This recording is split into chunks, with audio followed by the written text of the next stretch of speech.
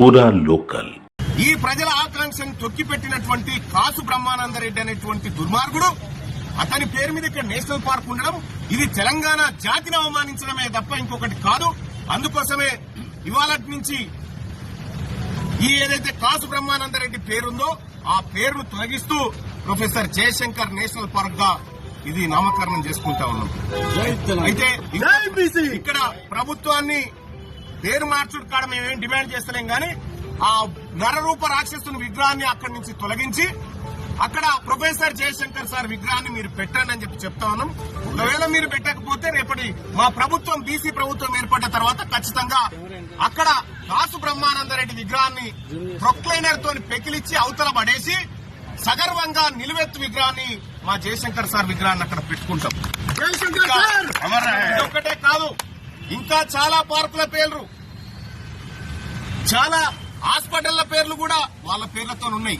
ఎట్టి పరిస్థితిలో ఈ తెలంగాణ విధానం ప్రత్యేక రాష్ట్రాన్ని అవమానించినటువంటి వ్యక్తుల పేర్లు ఉండడానికి వీల్లేదు.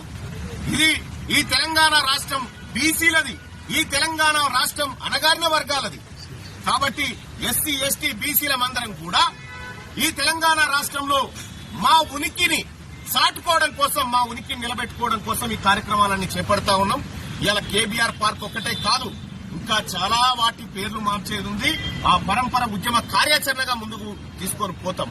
అలాగే మన బీసీ నాయకుడు మన మదన్ మోహన్ అన్న, అలాగే మన విష్ణు అన్న, మన BC JAC coordination committee chairman అయినటువంటి సుధగాని హరిశంకర్ గౌడ్ గాని, అలాగే ఇక్కడికి వచ్చేసిన మా సోదరిమణులు గాని, మా బీసీ పొలిటికల్ జేఏసీ నాయకులందరం కూడా రాష్ట్ర ప్రభుత్వానికి ఒక రిక్వెస్ట్ రూపంలో చెప్తా ఉన్నాం.